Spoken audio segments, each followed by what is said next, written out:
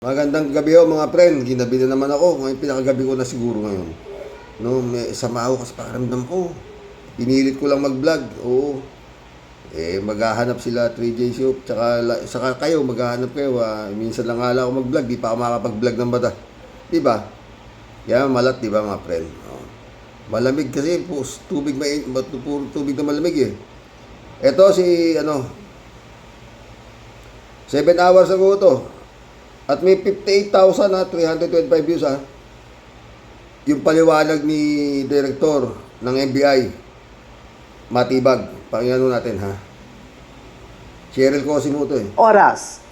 Magandang tanghali po, Ma'am Cheryl, at sa lahat po ng tumatangkilik sa inyong programa, magandang tanghali at salamat po sa inyong imbitasyon po. Director, ano na po, yung pinakahuling estado ng investigasyon ng NBI tungkol dito sa umunoy banta ni Vice President Sara Duterte laban nga kina Pangulong Bongbong Marcos? Ganito po yun, Ma'am Cheryl. No? Actually, yung ginagawa namin after nung banta niya at nung dumating po ako rito sa NBI, talagang continuing investigation to until we pinpoint kung sino yung kinausap niya. What we have established is seryoso. Itong banta nato nito si Sayad, matagal na ho to eh. Isinampa na nga ho nung direktor ng NBI Santiago, yung nag-resign. Nag-resign yata na pinalitan ni Director Matibag. Sinampa na to eh. Kasi nga noon, pinapatawag si Sayad, 3 beses pinatawag, hindi man lang sinipot yung NBI. NBI ho nagpapatawag kaya isinampa na yan. Tataka nga ako, bakit hanggang ngayon wala pa yan eh. Ngayon, inabot pa ni Director Matibag. Maliwanag naman ho kasi yung kay Sara. Sabi niya, pag pinatay ako, meron ako kinausap. Pinapano ko na, live ho yung utos eh. Pero yung utak ni Sayad, birahin nyo na yan. Kasi, wala siyang sabit eh. Kasi sabi niya ni-live niya, di ba? Ni-live niya. Ang sa utos daw niya, pag napatay siya, patay mo rin. Paano kung napatay si Bongbong? Kaya nga to si PBBM, kung saan nagpupunta eh. Namimigay-migay ng kung anong bigas-bigas eh. Pagka niyari ka dyan, wala siyang kasalanan. Bakit? Buhay siya eh.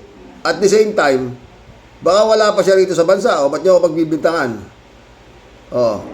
Paalis-alis si Sayad eh, di ba? Nakakagulat eh, kung saan pupunta eh. Pero yung utos niya doon sa hitman, doon sa assassin, live. Buti si Director Matibag ngayon mukhang agresibo. Hindi kagaya noong panahon ni Santiago Ewan. So po siya ron sa banta na yan. Hindi po siya conditional, kundi this is an absolute na threat. At kung mapapansin nyo naman po, consistent sa lahat po ng mga pagkakataon na maaari siyang magsalita, laging may dumarating na pagbabanta kay Presidente in different forms and different way na pagsasabi. Hindi lang po nga si Vice President Sara, kundi papansin ninyo, there is a pattern doon sa buong pamilya na palagi na lang tinitreat talaga ang ating Presidente. Coupled with their previous behavior, yung mga behavior po nila na pakikipagkapwa-tao sa ibang tao, makikita po natin na kailangan pong seryosohin ng law enforcement, lalong-lalo na ng National Bureau of Investigation, yung banta po na yan. Kaya naman, sinusundan. Talagang dapat seryosohin yan. Kasi talagang pinapatawag nun ni Santiago yan. Kasi nga, kaya raw niya sabi na patayin siya, napapatayin niya kasi meron daw nakapag-tip sa kanya na meron daw siyang informant na papaganon siya ni Bongbong. Kaya di ba sabi niya pa, ang pagkakamali lang ni Ninoy, ni Pinoy, ni Ninoy, hindi siya nagbilin, kaya hindi siya nakaganti. Dahil ang sinasabi na itong gago na to, ang mga Marcos, sanay magpaligpit. Binabaligtad nga nila, sinasaywar nila eh. Pero sila ang sanay talagang magpapatay. Di ba? Buti nga si Director Matibag ganito na galaw eh. Dapat talaga yan. Noon kasi sabi ni Santiago, mga friend, kaya siya pinatatawag. Gustong malaman ni Santiago kung sino yung nagsabi sa kanya na ipinagaganon siya ni Marcos. Ayaw niya naman pumunta. po namin lahat ng makita namin na maaaring ito yung lead para ma-identify po kung sino yung kinausap niya. Just recently, when the President was have an event po dyan sa Nueva Ecija, sa Palayan, naka-live broadcast, minomonitor yung social media, meron na lang biglang nagpapap na sinabi, barilin si Presidente. Those are serious threats po na kailangan po na yan. Director Matibag, linawin ko lamang po, pwede niyo po bang linawin kung Nakita nyo naman yung mayor ng Tanawan, Batangas, flag ceremony. Isang putok lang, tapos. Tsaka sanay ho yung Duterte eh. Tignan niyo si Mayor Espinosa, nasa kulungan na. Sinerban daw ng serswaran, puta yung gago. Ngayon ba nakakulong ka, baliw talaga ng panahon ni Digong. anong uri po ng lead? Ito pong inyong tinutukoy? Ito ba'y testimonya or may mga digital evidence also? Well, ano po to, yung ginagawa po ng NBI, yung mga profiling po ng mga nagpo-post, yung profiling po ng kanilang mga statement. At lagi rin po namin binabantayan siyempre yung mga salita ng pamilya ng mga Duterte at ng mga aliado po nila kung saan po patungo. Ang nakakatakot po kasi dito, Ma'am Cheryl, parang lahat na lang eh. Anybody can make a threat to the President. Ginagaya na yung behavior po nitong si Vice President. Meron pong isang Vice Mayor na abogado, ganun din. At parang consistent. Vice Mayor na abogado. Yun, yung si parang may sayad din dito sa Reyna Mercedes yata, oo. Yung Hispicio. Parang may ganun na rin eh, no? Parang there is a pattern na nadidevelop na palagi ang target sinasabi, ulo ng presidente. Oo. Na ganyan po yung sinasabi. Kaya ang ano po namin, we're taking list, tinitingnan namin yung mga associated.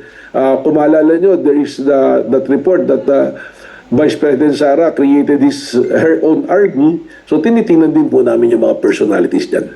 Okay. Matagal na may sariling army yan, Direktor. Yun nga 400 na bodyguards niyan, puro piling-pili yan eh. Ayaw niyang papalitan yan, yung mga bodyguard niya na yan. Puro taga Davao yata ng mga kapulisan. Dapat palitan niyang mga bodyguard niyan eh. O, di ba? Ano ba nangyari dito kay Nolasco saka yan, yung mga pasang bilis niya. Nolasco saka isang La Chica. Hindi. So saan din po nakabase, ano yung naging basehan po ng NBI sa pagsasabing planado at hindi basta pahayag lang itong ito pong bantang ito? Planado Well, talaga. yung press conference po na madaling araw na inabot ng 2 oras, pinanood po namin yan kasama yung mga expert namin dito po sa NBI, kasama yung ating pong investigation, yung sa CCD namin, pati po Behavioral Science Department namin, para tingnan at pag-aralan po. Ito po nangyari na press conference, hindi naman po spur of the moment eh. Meron pong imbitasyon na nanggaling sa opisina ng Vice President, and yung mga questions na tinanong dyan appears to us na mga planted na question na meron na talagang sagot, just to make it appear na parang spontaneous na nangyari po. The latest gadgets. Talagang sagot, just to make it appear na parang spontaneous na nangyari po. So may nakuha rin ho ba tayong gaya ng text, audio? Tsaka doon ako napapasil mga friend eh. Lumabas yung mukha ni Sayad. Ang sabi ko, pag ako napatay, patayin mo si Bongbong, si Lisa, saka si Romualdez. Pag siya raw napatay. May depensa na nga eh. Unawain ninyo mga ka-warriors. Dating may depensa na. Di pag napatay si Bongbong at buhay siya, hindi ako yan. Ang bilin ko, pag ako napatay, saka patayin yan. Buhay ako eh. Ba't niyo ako sisisihin ngayon? Wala akong sinabing ganyan. Di ba? Parang kagaya lang din kay Madriaga. Hindi ko kilala si Ramil. Puta. Ewan ko ano nitong mga hayop na to na isinis ko. Diyos ko. Nangunguna sa survey.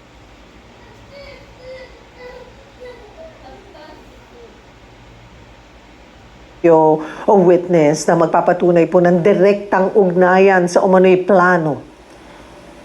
Yun po yung kailangan nga namin bantayan dahil sabi nga namin, we are very serious dahil it's a threat to the President at ang ano po rito, yung nagte-threaten, is the direct beneficiary pagka po may nangyari sa ating pong presidente. Ano At saka sa tema ng dating direktor, mukhang wala nang ibang remedyo kung hindi yung mapatay si Bongbong eh. Kasi dito sa impeachment na to, sabit na sabit dito eh. Maliban na nga lang kung ililigtas ng mga gunggong na abogado, i-acquit siya. Diba? Pero dapat taong bayan gumalaw na pag nangyari yan. Kahayupan na yan. I-acquit mo, ganitong klase, taltad ng kaso. Hindi kayo mga ulul na mga senador na boboto ng acquittal nito. po ang inaasahang isusumite ng NBI sa darating na impeachment hearing sa House Justice Committee sa Miyerkules po? Miyerkules na. Well, kung ano na po yung mga ebidensyang nandito na nung ako'y bago pa dumating, nagkaroon po ng investigation to during that time po ni dating Director Santiago. At yung pong naging investigation na yan ay nagbunga ng kumpletong dokumento na isinumite po sa National Prosecution Service sa Department of Justice upang magsampa po ng kaso ng grave threat at inciting to sedition. And pending po ngayon ng decision yan, and we're hoping po na sana po madesisyon na ng Department of Justice sapagkat Kita mo, katagal na Ang tagal-tagal na niyan. Taon na yata binilang niya, Director Santiago. Napaka-critical na yan. Sa Department of Justice. Natutulog. Buhay na nung Pangulo nakataya dyan eh. Ano ba naman, Department of Justice? Alam po kami na kompleto naman po yung elemento na naming tinutukoy. Director, magmula po nung kayo naupo, may mga additional pieces of evidence ba or nakuha kayong impormasyon, nahukay na impormasyon na pandagdag po dito sa threat nga po ni Vice President Sara Duterte sa Pangulo or sa First Family? Meron po, but pasensya na, I am not in the liberty to divulge it publicly kasi ongoing investigation po ito. So hindi po namin hindi detalye, but meron po kami mga sinusundan po. Okay. Is this something that you would share it sa hearing po ng impeachment?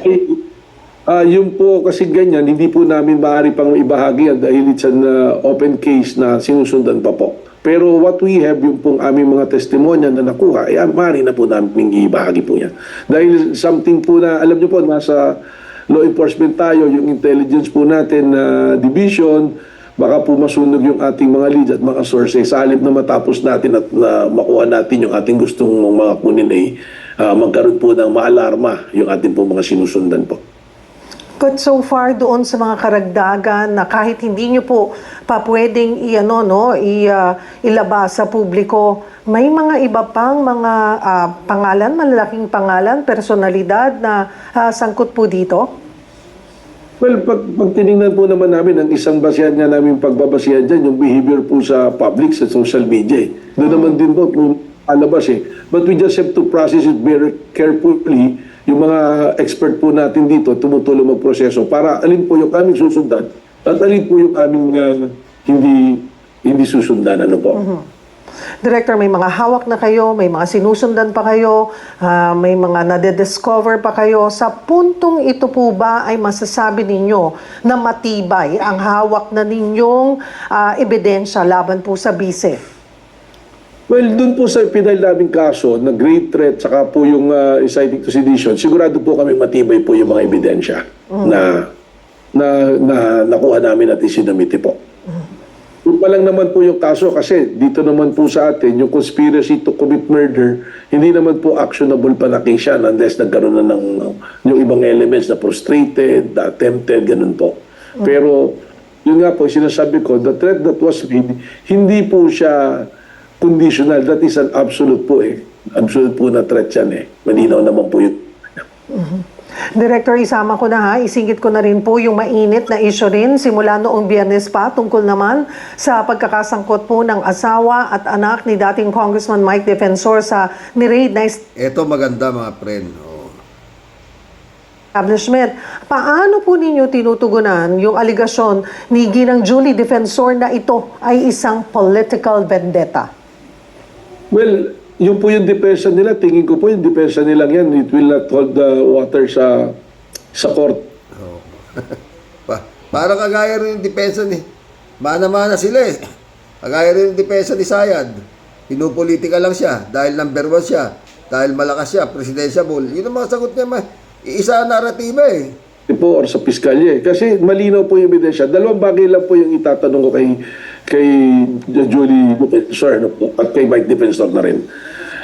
Meron bang nangyari na human trafficking doon sa lugar nila? At sino ba ang namamahala at may-ari ng lugar? Number 1, po, meron. Ano po ba yung elemento ng human trafficking? May act. Ano po yung naging act? Recruitment. Ni-recruit po nila yung mga kababaihan. Ang tawag na po nga, hindi GRO, kundi CCA. In-upgrade na nila. Customer Care Assistant. Yun po yung tawag doon sa mga babae. Meron, Customer Care Assistant na pala. Kalat na hindi na GRO.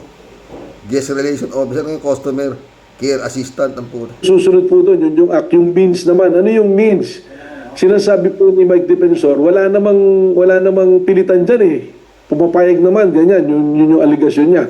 Ang nakalimutan niya po, sa human trafficking, hindi naman kailangan pilitan lang, may persahan o pananakot, kundi pwede rin may machination po o deceit na tinatawag na, halimbawa, pinangako, gusto mo bang kumita ng mas malaking kita?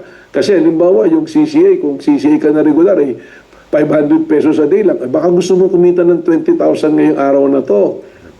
So, meron pong pagkukumbensing ganon. At pangatlo, yung purpose po, which is prostitution. Dahil ganito po nangyari, pagpasok pa lang po doon sa Chicago KTV, merong salamin na malaki at tawag po doon, aquarium, nakaupo, nakahilera yung mga kababaihan at ang papasok na customer, kakausapin po ng mamasang nung tinatawag na manager at mag-aalok na. Gusto mo ba? Sino ba yung kursunada mo? O yan, sige, ganito presyo niyan.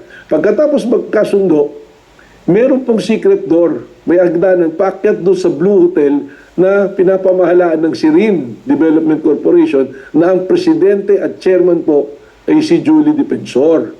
So yun po yung naging modus nila. So nagkaroon talaga ng human trafficking, di mo ba? So sinasabi niyang 29... Alam niyo, itong mga defensor na to, sa bigat ho ng sinasabi ni Direktor, baka minamalas-malas to. Sa oblo na magpapasko to eh. Yung pa daw, alam ko po dito sa istasyon na yan, may yung 3 pong babae na nag-interview, sinasabi niya, 2019 ginibap na namin siya, pero tinatanong kayo ba, wala. Sapagkat meron po kaming dokumento na galing sa SEC na 2025 updated, ang presidente at chairman pa rin ng Sirin doing a business under the name of style of Blue Hotel is si Julie Defensor at ang treasurer ay si Miguel Gabriel Defensor. So, malinaw po, sila ay may kinalaman dyan at meron lang po mga dumarating na reports dito at the time na tumatakbong mayor itong nakarang election si Mike Defensor, dyan niya dinadala yung mga kapitan, yung mga kagawad, mga leader. Takina, ayaw pa. Kaya pala natalo itong gago na to sa pagka-mayor, no? Puro kawalang yan pala, siyempre, mga kapitan hindi sila, di ba? Ngayon, teka, baka pati mga 18 Marines dyan dinadala itong bugok na to yan. Nila sa politikong lalaki para i-entertain. So alam po meron pong ganun ang sistema. So huwag po nilang gamitin yung politika. Nakakatawa po yung ginagawa nila na sasabihin, gumagawa ka ng illegal na gawain, sasabihin politika. Yun po yung mas nakakatakot because it gives signals to the criminals na gagawa sila ng mga krimen, pero pwede silang mag-rally, titirahin nila yung gobyerno para pag hinuli po sila ng law enforcement, sasabihin, politika to kasi I'm speaking against the government. Mas ganun din yung naratiba nila sa Ayad, di ba? Kaya siya gini-impeach kasi pinupolitika siya, di ba?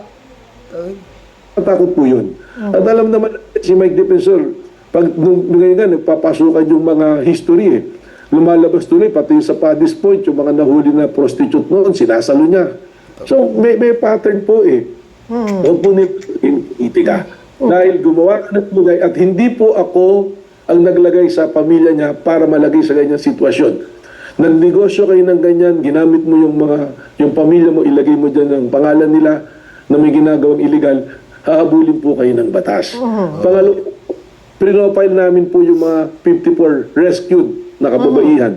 Alam po ba ninyo, doon sa 54 na yon, Ma'am Cheryl, most of them are single moms. Ano pong ibig sabihin nito? Doon na po pumapasok yung mode nila na kinukumbinsi dahil mahihirap na tao to eh. Gipit sila eh. Kakapit sa talim. So, sinasabi ni Mike Defensor, ano ba tong NBI na to? Dami naghihirap. Ang ginagawa pa, hulihin to, nawawalan ng trabaho. Mas nakakatakot naman po yung ginagawa mo dahil sa kahirapan ng tao, pagsasamantalahan mo, papapasukin mo sa illegal, gagawin mong prostitute, mas nakakatakot po yun.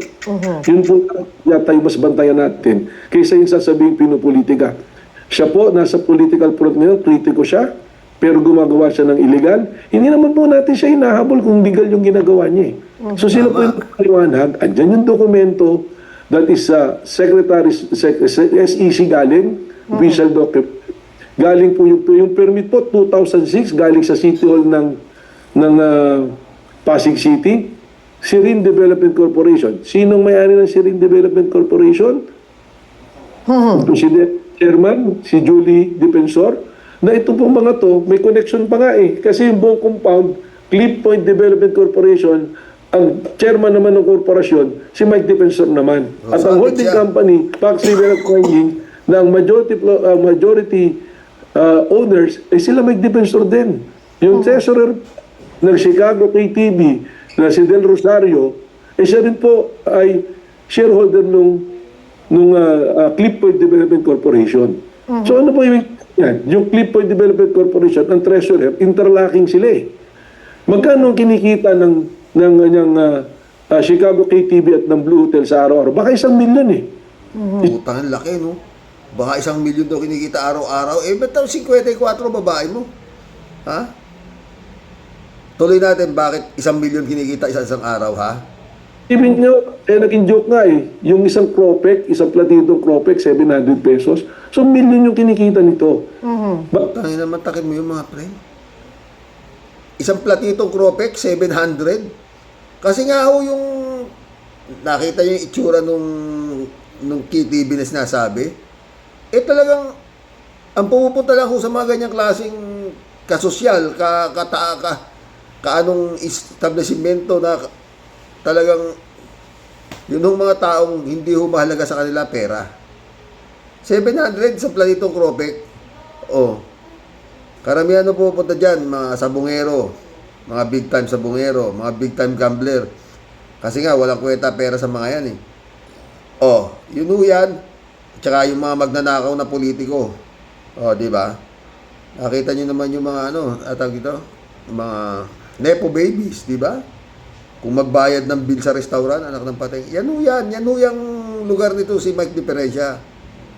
Treasurer, interlocking. They control yung pondo. So yan po yan. So, they challenge me, sasabihin ko politika, walang ginagawa NBI, habulin sila. Mula po nung nag-assume ako, 64 days na po ako ngayon. Ang apprehension po namin, successful apprehension ng operation namin, Ma'am Cheryl, 123 successful operations po. Nakapile kaso na yan, ma'am. At sabi niya, tinatarget puro kumpanya ng kalaban. Eh, iba-iba pong kumpanya yun eh. Saka yung human trafficking, mahigpit po talaga kami dyan. Just Saturday po, meron din kaming hinuli sa Pampanga. Hindi naman po political yun. Prior to that, yung mapusaing po, ang dami po namin ginawa. Ang mandato po namin, hulihin yung gumagawa ng illegal, hindi po kami political na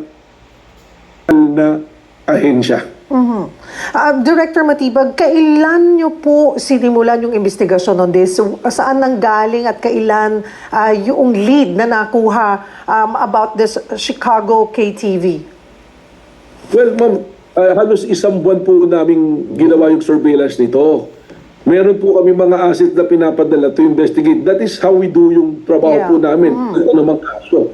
At nag-positive po. Kaya po pala, ito pa, banggitin ko po, nung nag-decide kaming i-raid dyan, hindi po NBI lang tumating dyan. Kasama po namin ang local government ng Pasig, andyan dyan po yung CSWD, yung social workers. Tapos nandyan din po yung mga barangay officials nung ginawa namin. Nag-imbita po kami ng media to serve yung pag-raid po niyan at meron po yung ating mga nag-raid. Wala po tayong kalokohan dyan.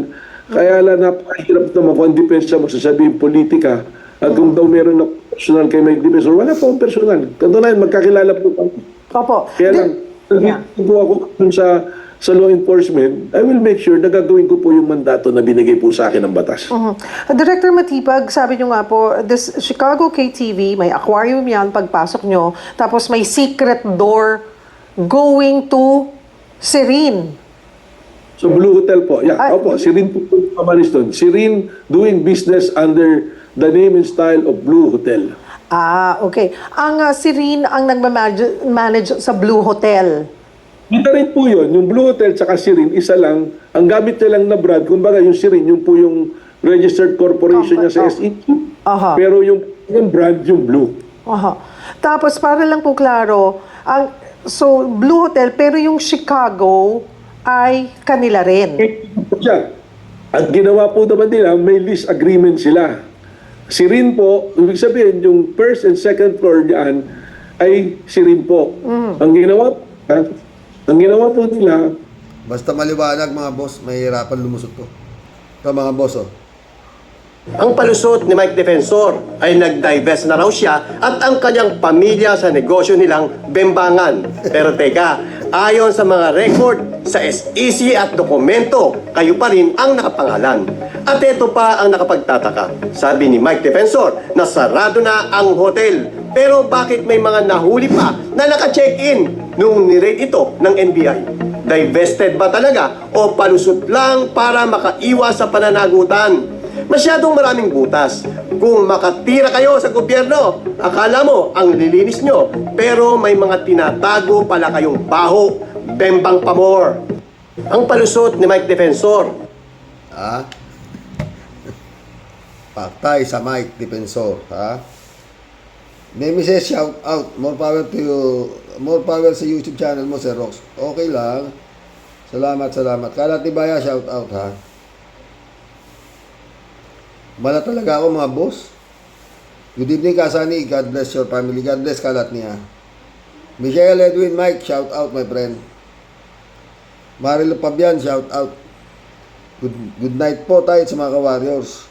Sa totoo lang po, napaka-concerning talaga para sa ating bansa na hayaan ng mga senators na di makonvict yan. Kaya nawa talagang gawin ang lahat para mawala sa gobyerno ang mga Duterte. Gulo at malaking problema sa bansa habang nasa posisyon pa sila.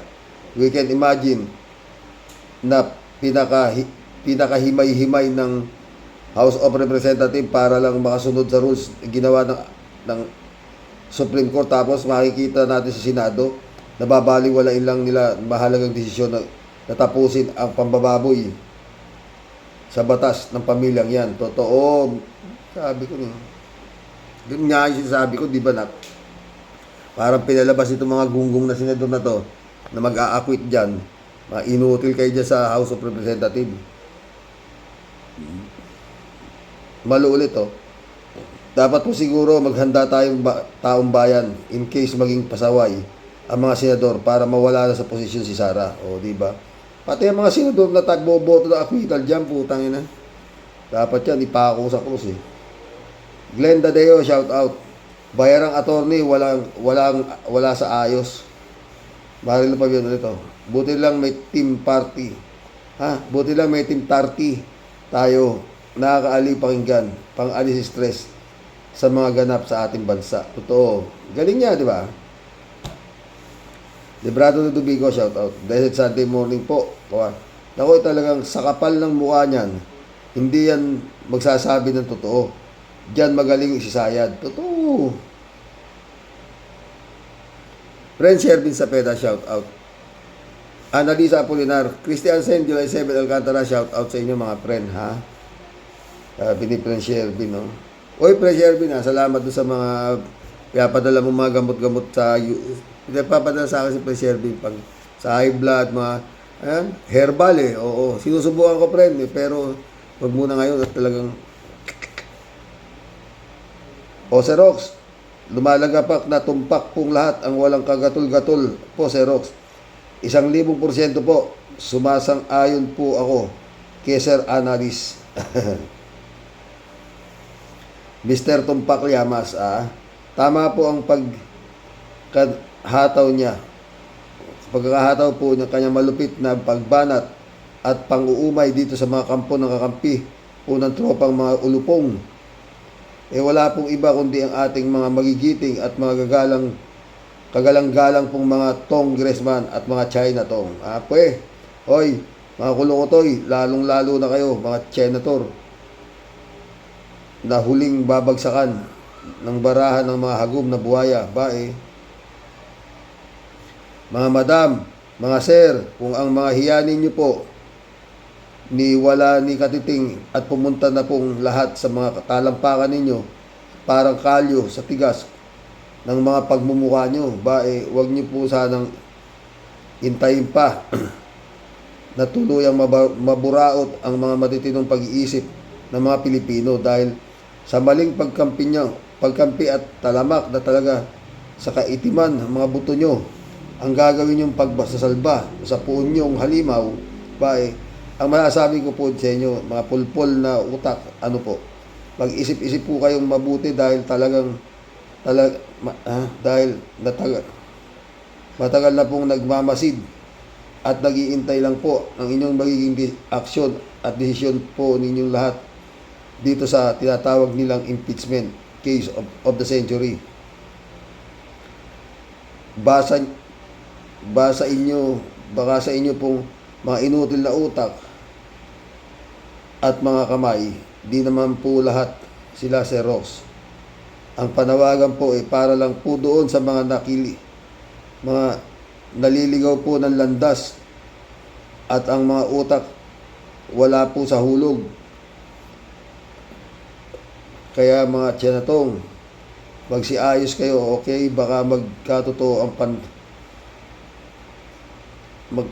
ang pansyat ni Madam Topak na bloodbath daw, ha?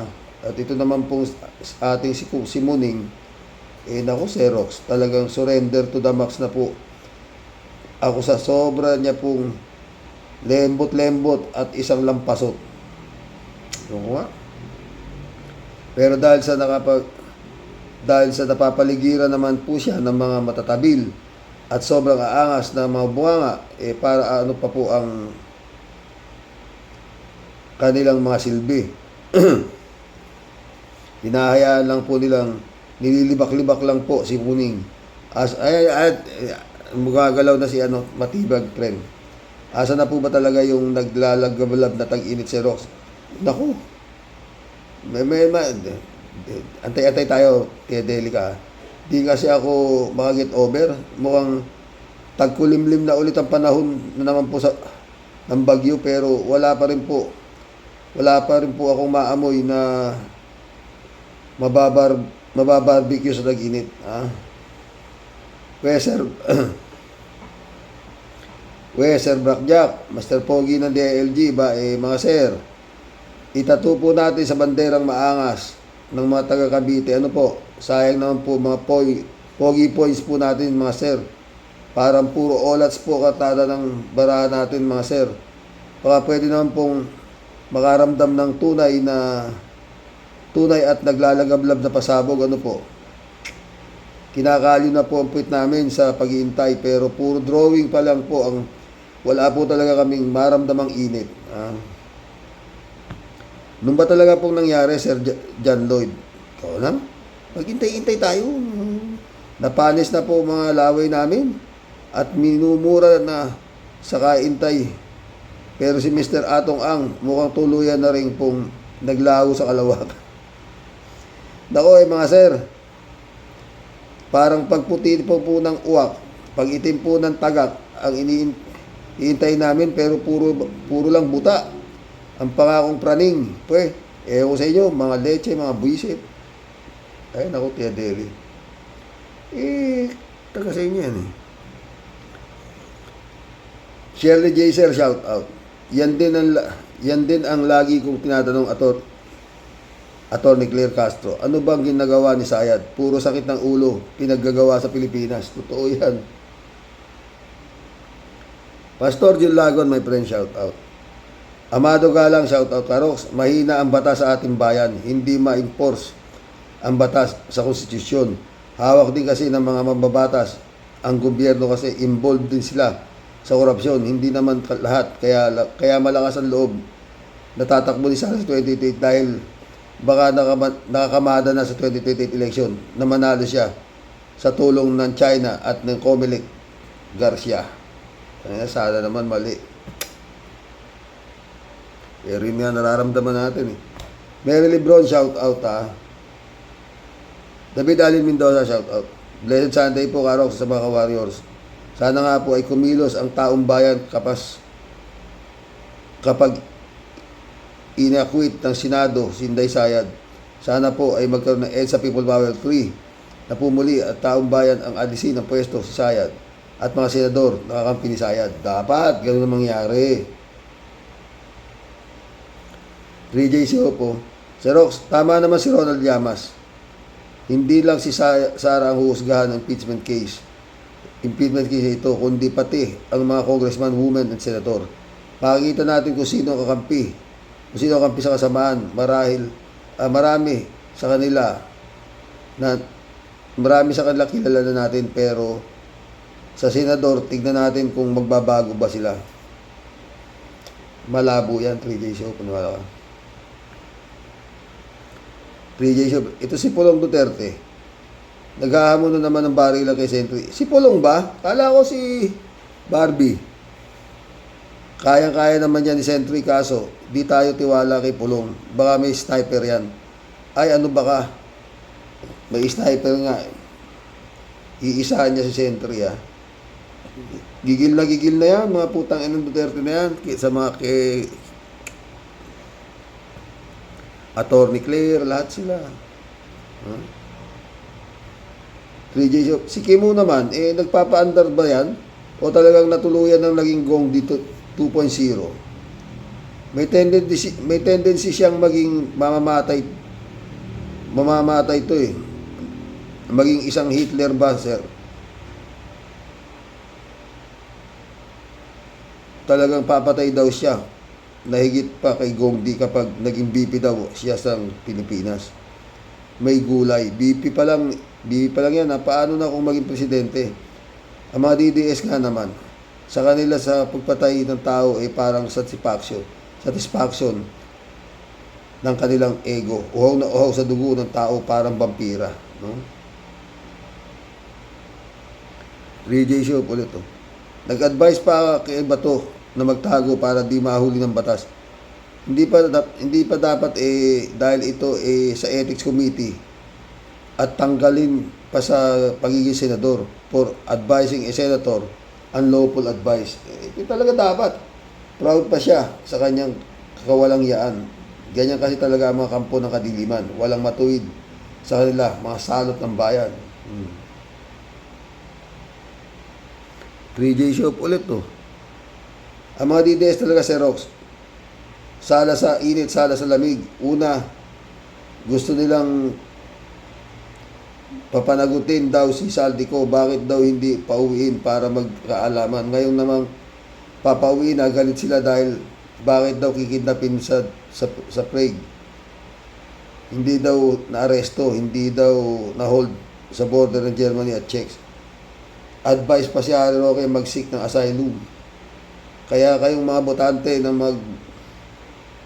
nagbabasa dito sa vlog ni Sir Rox, magising na kayo, matuto na kayong bumoto ng tama. Huwag puro DDS ang nasa utak ninyo kasi kayo ang isa sa mga dahilan kapag bumagsak ang Pilipinas sa kamay ng China. Wala, makakapalang mukha ng mga manhid ng mga hayop na yan, mga tanga. Ha?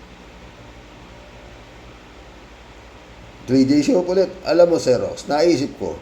Kaya siguro sinabi ni Kimo na mag-a-abroad lang daw siya. Baka tumatakas na may posibilidad na makakasuhan siya pag wala na siya sa pwesto. Kung di nila kakampi ang mananalo sa 2028, baka makakasuhan siya. Kasi sa dami niyang mga ginawa na against the law, tulad ng mag-advise kay Bato na magtago, ang mga salita niya na papatayin ang mga drug addict na mas higit pa kay Gong Di. May ganito niyang panalita at mga gawa, baka makakasuhan siya. Kaya ngayon pa lang may plan B na siya, pero sabi niya Pag nanalo si Sara, ibabalik siya sa bansa para maging SAR ng patayan. Nakakatawa pero nakakalungkot din. Dahil ang binoto niyong senador ay kampo ni Satanas. Totoo, mga kampon talaga yun. Jojo Tol, shout out. Good PM sa mga supply. Ingat po. Super init ngayon, sabi niya. 3J Shop ulit to. Ala, si Rox, meron daw lead sa bantang ginawa ni Ximenez tungkol sa assassin. Nako, buti na lang at si Batibag ang naging NBA director. Walang sino-sino exciting sa April 29 hearing sa Congress. Ano sa palagay mo, Sir Rox? Maganda, palagay ko. David Ali Mendoza, sigurado malungkot si Kalati niyan. Biro lang po. Peace tayo. Jupista Bunao. Good afternoon po kuya sa mga ka-Warriors. Robin, tagal naman. Sige, alis ka na, asap. Eduardo Reyes, shout out. Jupista ulit, oh. Kuya, saan nila survey? Saan pa? Di sa Cubeta. Sorry for the word. Eddie Luna, shout out, ha. Hi, hello Karox. Magandang araw sa inyo dyan sa Karox. Ang mahirap sa Pidas. Kung sakali nga tumakbo si Sayad sa pagka-presidente ng Pinas, ilagay na natin ang gising na mga Pilipino sa pagboto. Ilagay natin natalo si Sayad sa boto sa mga Pilipino. Paano pagdating sa Comelec? Baka doon lumabas na panalo siya. Hindi kayo nakakasiguro sa Comelec na magtatrabaho ng patas, malaking pera dadaloy sa mga taga-Comelec, pera ni Sayad. May backup pa ng pera ng China. Sana nga, mali tayo, Karox. Walang iya talaga. Ang Vice President ng Pilipinas, kapal ng muka at walang konsensya, manhid. Dapat humiwalay na ang espiritu niya sa katawan. Hayop talaga, puta. Sara Duterte na yan. Salamat sa iyo, Sir Rox. Mabuhay ka. Mabuhay, Eddie Luna. Eman Escalona, anak, shout out. Dolor Garcia, Amy Bingson, shout out sa inyo mga boss, ha. Boyong Kong Balong.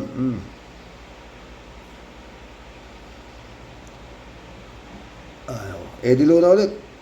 Ang mag-anak na yan, wala yang ginawa na mabuti sa Pilipinas. Sila ang sumira ng imahe ng matinong Pilipinas. Tapos ang kakapal ng mga mukha na mga ungaw, mga ugaw ng agaw ng kapangyarihan, ng kakapal ng mukha ng mga Duterte. Salamat, Carlos. Totoo, makakapal talaga. Mga demonyo mga puta.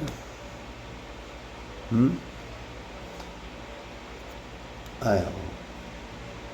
Diretso tulog ako ng mga friend. Brother Elias Icho, shout out. Eddie Luna, Karox, lagi kong nasasabi at sana mali tayo. Delikado tayo sa Comelec dahil Comelec ang magpapanalo kay Sayad. Kaya kung maaari sa 2028, may lagay ng magagaling na tao para magbantay ng mahigpit sa Comelec. Comelec ang pag-asa niya, Sayad, si China at Comelec. Sasagip kay Sayad, baka paggising ng mga Pilipino sa umaga, si Sayad na presidente ng Pilipinas. Diyos ko po, huwag mo sanang itulot na magkaganon. Ikaw lang po pag-asa ng kawawang Pilipino. Salamat, Karox. Talaga lang. Ha? Mission accomplished, mga friend. Sana gumaling na ako bukas. Hanggang bukas muli. Good night. God bless. Muntik na. Alas 11. Alas 11 na gabi rito. Diretso tulog na po ako. Dasal, mga friend. Good night.